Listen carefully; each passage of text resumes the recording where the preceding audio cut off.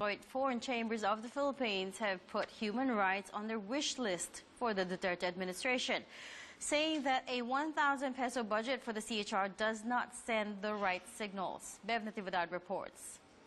Growing outrage over extrajudicial killings amid 3 recent deaths of minors while in the custody of police has once again divided the country over the president's war on drugs. But foreign investors convening at the annual Arrancada Forum of the Joint Foreign Chambers of the Philippines say criticisms have to be tempered against the things the government is doing right and that there has been real progress, at least from an economic standpoint. The Philippines is the rock star of Southeast Asia. There was a lot of concern about the reputational impacts of extrajudicial killings.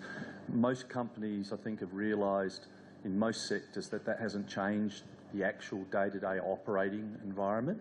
And most companies are pushing ahead.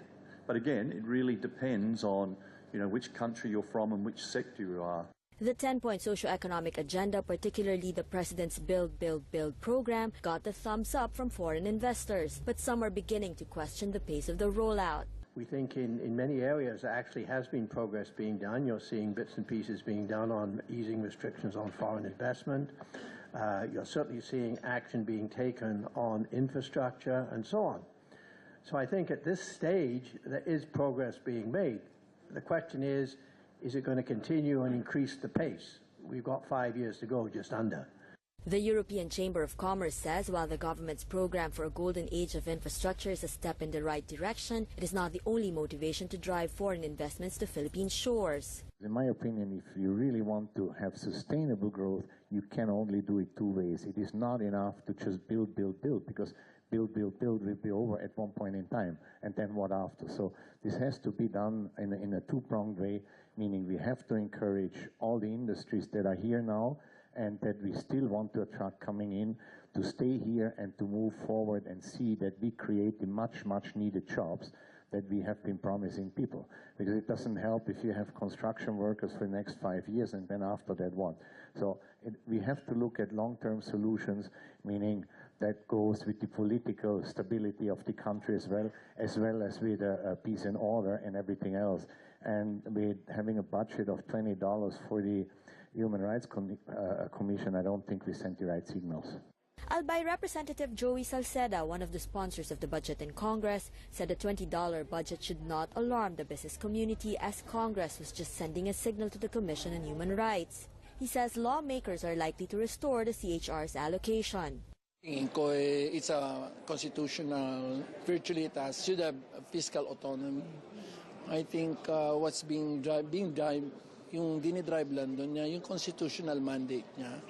I don't know. There are perception that they're just going after a certain subset of human rights violations. But in general, I think most likely it will be fully restored in the bicameral conference. I cannot imagine that it will not. Otherwise, we will have an impasse essentially.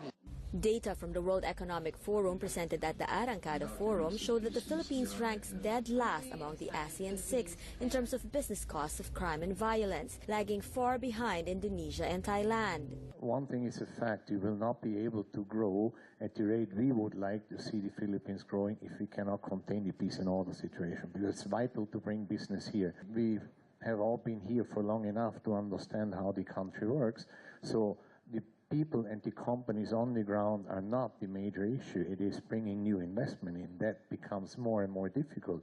And more so with the ASEAN integration, because people now have more choices to cover a market of 650 million people. So we've got to make sure that we project the right image for the Philippines abroad. Otherwise, we will sink.